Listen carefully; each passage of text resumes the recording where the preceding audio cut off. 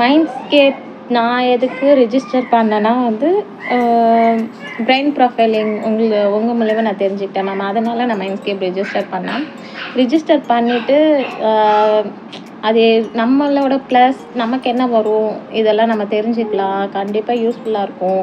நிறைய பேர் அது தெரியாமல் தானே வந்து ரொம்ப கஷ்டப்படுறாங்க அப்படின்னு சொல்லிட்டு தான் நான் ஃபஸ்ட்டு இது பண்ணேன். அதுக்கப்புறம் வந்து கவுன்சிலிங் ப்ராசஸில் வந்து நீங்கள் எல்லா விஷயமுமே சொன்னீங்க. என் பொண்ணு எப்படி படிப்பா, அவளுக்கு என்ன வரும், என்ன வராதுன்னா வந்து அதை வந்து எப்படி நம்ம வந்து கொண்டு வரலாம், எப்படி வந்து நம்ம வந்து என்னெல்லாம் பண்ணலாம், இந்த மாதிரிலாம் பண்ணால் வந்து அவள் கொஞ்சம் நல்லா வருவா அப்படின்னு சொல்லிட்டு ஒவ்வொன்றுமே நல்லா சொன்னீங்க. நெக்ஸ்ட்டு 5 years வந்து இதெல்லாம் பண்ணால் வந்து அவளோட லைஃபோ அவளோட கரியர் வந்து நல்லா இருக்குன்ற மாதிரி நான் தெரிஞ்சுக்கிட்டேன். அவள் நிறைய விஷயம் என்னடா இவ்வளோ மெச்சூர்டாக இருக்கா அப்படிலாம் நான் யோசிப்பேன். இப்போ தான் எனக்கு புரியுது அது ஜெனட்டிக்ஸ், இந்த பிரெயின் ப்ரொஃபைலிங் அதனால தான் அவள் அப்படி நடந்துக்கிறான்னு எனக்கு தெரியுது. ரொம்ப எனர்ஜெட்டிக்கான பொண்ணு. நான் வந்து இத்தனை நாள் வந்து என்னடா இவ்வளோ எனர்ஜெட்டிக்காக இருக்கா அப்படின்ற மாதிரி யோசிக்கும்போது வந்து நீங்கள் சொல்கிறதெல்லாம் கனெக்ட் பண்ணி பார்க்கும்போது ரொம்ப வந்து இன்னுமே நம்ம நிறையா பண்ணணும்.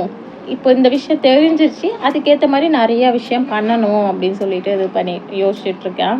அதே மாதிரி நீங்கள் ஒவ்வொரு பேஜுமே நல்லா நிறையா எக்ஸ்ப்ளனேஷன் கொடுத்தீங்க.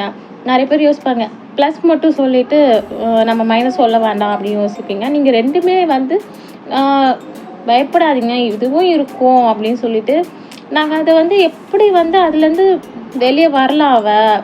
அவள் வந்து அதையும் தாண்டி வரணும், எல்லாமே இருக்கும், அதுக்கு நம்ம எப்படி என்கரேஜ் பண்ணணும் அப்படின்ற ஐடியாஸும் கொடுத்தீங்க. கவுன்சிலிங் ரொம்ப நல்லா இருந்துச்சு மேம். நீங்கள் அந்த 2 hours இல்லை 3 hours கிட்ட அந்த கவுன்சிலிங் நடந்தது. 3 hours அந்த எனர்ஜியை மெயின்டைன் பண்ணி அதை சொல்கிறதுன்னு பண்ணுறது ஈஸியான விஷயம் கிடையாது. யாருமே 3 hours உட்காந்து கேட்பாங்கன்னா எனக்கு தெரியல. அதுக்கு சொல்கிறவங்கள கையில் தான் இருக்குது.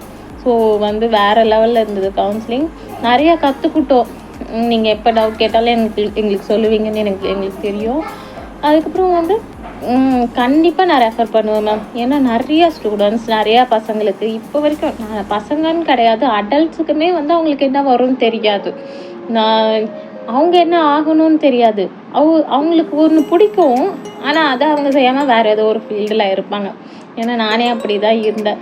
நீங்கள் சொன்ன அப்புறம் அப்படியா அப்படின்ற மாதிரி நிறைய விஷயம் தெரிஞ்சுட்டேன். கண்டிப்பாக ரெஃபர் பண்ணுவேன். எனக்கு தெரிஞ்ச எல்லாருக்குமே நான் ரெஃபர் பண்ணுவேன் மேம். Thank you ma'am.